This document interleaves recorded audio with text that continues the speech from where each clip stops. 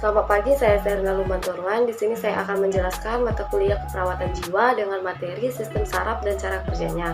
Sistem saraf pusat itu terdiri dari otak, medula spinalis, dan saraf terkait yang mengkontrol gerakan voluntar. Struktur otak dibagi menjadi 3, yaitu yang pertama cerebrum, batang otak, dan sistem limbik. Nah, yang pertama itu ada cerebrum. Cerebrum itu dibagi menjadi 2 hemisfer. Semua lobus dan struktur ditemukan di kedua belahan otak, kecuali kelenjar pinealis. Corpus callosum merupakan jalur yang menghubungkan 2 hemisfer dan mengkoordinasikan fungsi kedua hemisfer tersebut.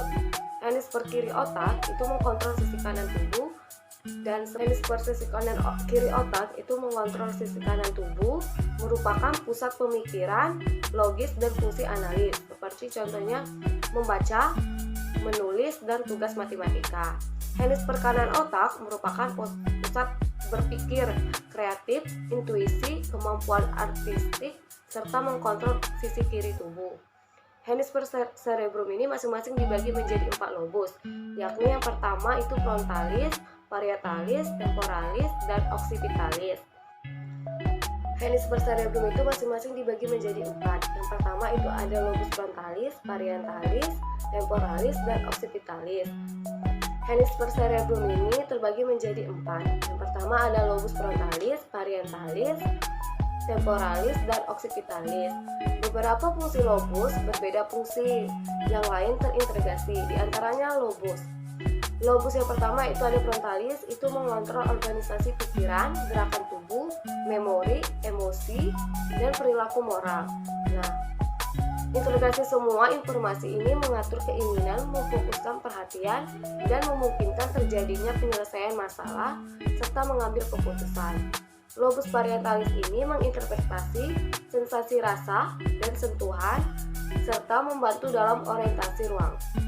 Lobus temporalis itu merupakan pusat sensasi penghidup, pendengar, memori, dan ekspresi emosi.